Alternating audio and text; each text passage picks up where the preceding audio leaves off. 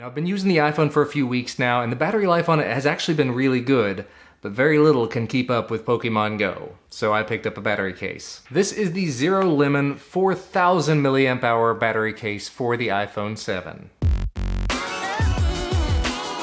Now this case retails for about 70 bucks over on Amazon, but the cool thing about it is, at the time of ordering it, and right at this very second when I'm looking at the Amazon page, there's a deal going on where if you purchase this ZeroLemon case, there's a coupon code you can find down below it, and you can click on it, and you can add these to your cart as well, and get them entirely free. This is a ZeroLemon 2-pack 10-foot lightning cables. If you have the iPhone, of course, you're gonna need the lightning cables, and having a couple of spare cables, especially 10-foot long cables, definitely very handy. But without any further ado, let's go ahead and break into this, get it all set up and on my device so I can go back to playing Pokemon. So inside of the bag, which was kind of difficult to get into, my first time with a ZeroLemon product, get a little white box. And inside of that white box appears to be a little micro USB charging cable, the battery case itself, which has a little 100% promise guarantee asking for a product review at the same time, as well as an instruction manual for the battery case, and of course, the battery case itself. And hopefully you can see it there. It does DC 5 volt at 2 amp input, and output is 5 volt at 1.5 amp max. And it says it has a 3.8 volt 4000 milliamp hour battery inside of here. The other cool thing to notice immediately is it's gonna redirect that bottom speaker toward you. So in addition to having the front facing up here, you're gonna have front facing at the bottom, and there's your lightning port and micro USB port here on the bottom. So let's go ahead and take this apart. We'll go ahead and install it on the phone. Take the phone out of its existing case. Slide it into place, put this bumper on the outside, and it just clicks into place pretty easily. It definitely adds quite a bit of bulk and heft to the device, but actually I don't think it adds quite as much heft and bulk as the case that I added to the Galaxy S7, and this has a significantly larger battery in it. So just taking a look around it, of course you've got full open access to the camera on the back. You've got the buttons on the side that are still clicky. You can still reach your notification slider there. Power button still works just fine. First thing this morning from a guy. And the speakers are facing forward now. And the speakers are pumping out right here and up here. So that's good stuff. Taking a look back on the back side again though, you've got ZeroLemon branding, 4 little LEDs and a power button.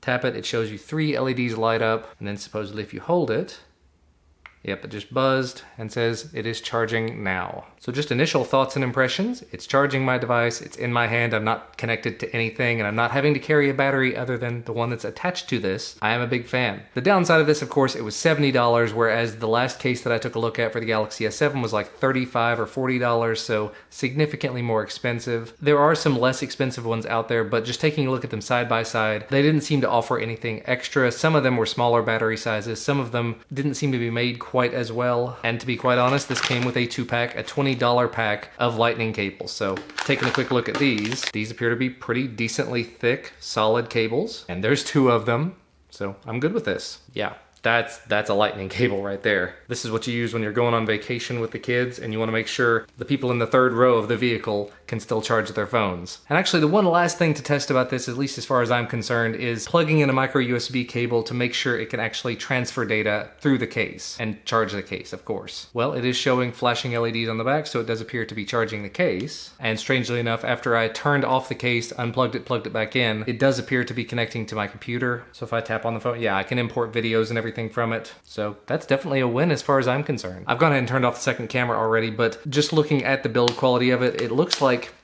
this is going to have a little bit of an issue actually staying connected at the bottom, so I'm gonna have to be kind of careful about that. It just seems to be very loose down here at the bottom. It just like I said, very easily pops off like that. Maybe I'm doing it wrong, but I've used several cases like this at this point. I don't know, I may have to reach out to ZeroLemon about that, because that's coming off kind of easily. Yeah, that's coming off really, really easily. I mean, yes, it is getting the job done. It is providing a little bit of protection, a little bumper, a little pad, but at the same time, if this bumper around it is not gonna stay on whenever I just apply a little bit of pressure to it, just like that, that's very, very disconcerting. So either way, I'm gonna go ahead and attempt to use this for a little while. We'll see how it works out. But yeah, let me know if you've tried one of these out for yourself. Let me know what you think about it. And I think that's where things are just gonna wrap up for today. I'm gonna put a link to where you can find this down in the description. Leave a thumbs up if you like this video, and subscribe to receive all of my videos when they become available. And I will see you again next time.